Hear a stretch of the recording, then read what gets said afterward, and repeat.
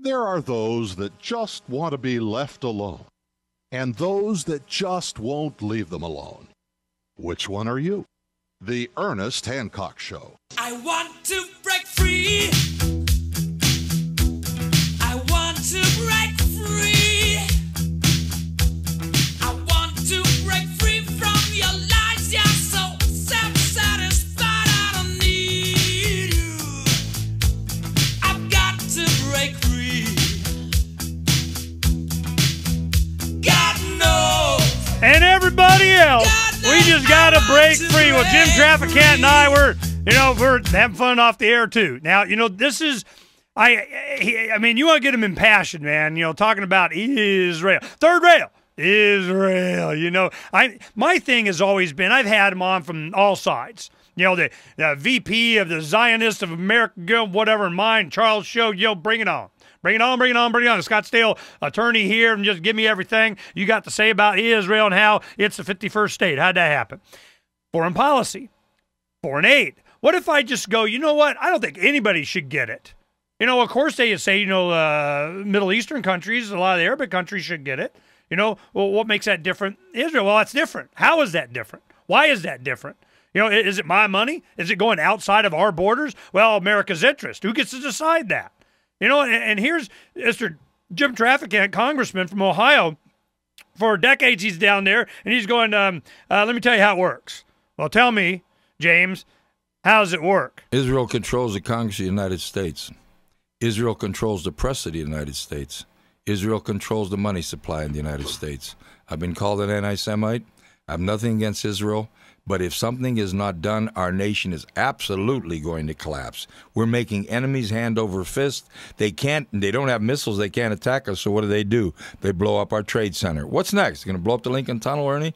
Come on. What's next? They're going to blow up the Hoover Dam? Yeah, I've always said, the Golden Gate Bridge, St. Louis Arch is toast, man. Whether it's a false flag or somebody else. That Lincoln Tunnel would cause a lot of problems. We keep doing what we're doing. This stuff keeps happening. Yes, it does. So what is it that we're doing that needs to stop?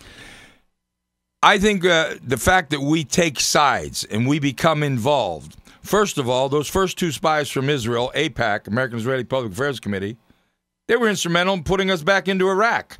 The last two that were arrested, and they had a search warrant conducted on their headquarters, Ernie. Holder, the Attorney General, just let them free without a hearing. He said, well, they were spying, but they're spying for Israel, and they don't think they had any bad intent. Meanwhile, the guy from the Pentagon who they were using is still in federal prison. Now, here's what the last set of spies was doing, Ernie, to put us into war in Iran. Now, we're in two wars over there, questionable value. Our kids are coming back in body bags. We're bankrupt over these damn wars. For what? An expansionist policy of Israel. Now, I'm going to make a statement here, and you could check it out. Ariel Sharon, the head honcho of Israel, was on a talk show like yours in Israel. And he was talking about the things that we're going to do in the West Bank and Gaza Strip. And the host said, there's some restrictions, placed by America. Did you check this out with America? And I want you to listen to the quote.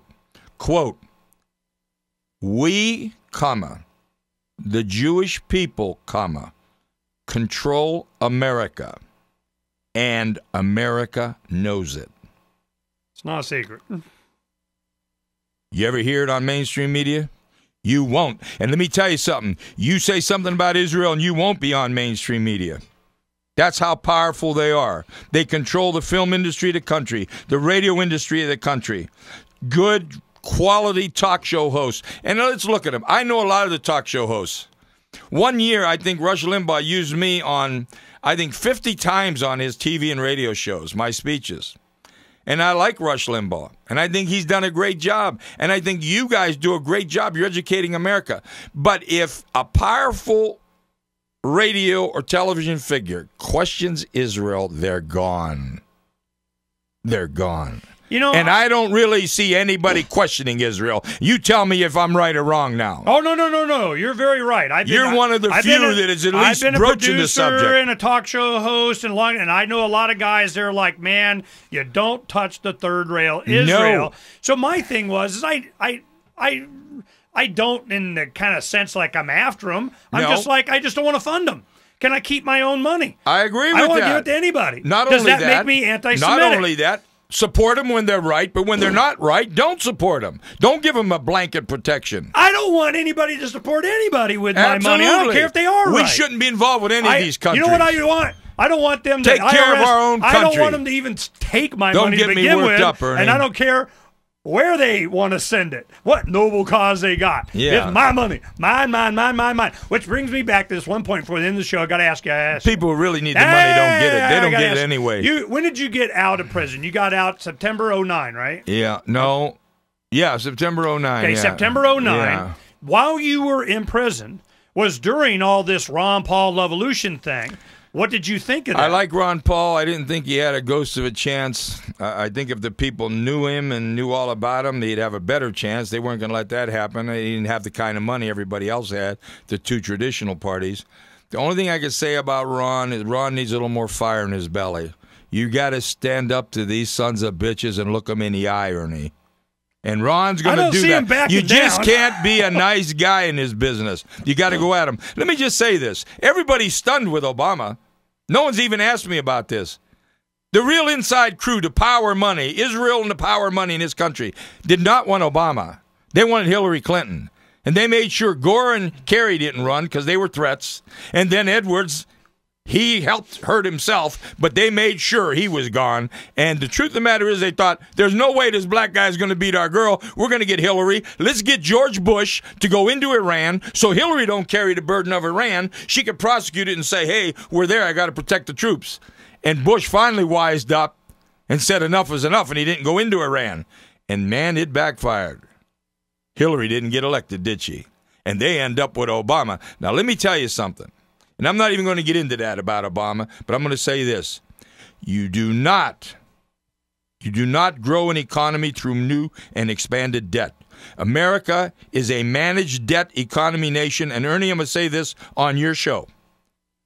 America right now is a non-sustainable managed debt economy nation, and we're going to implode. We're going to implode until we energize and incentivize.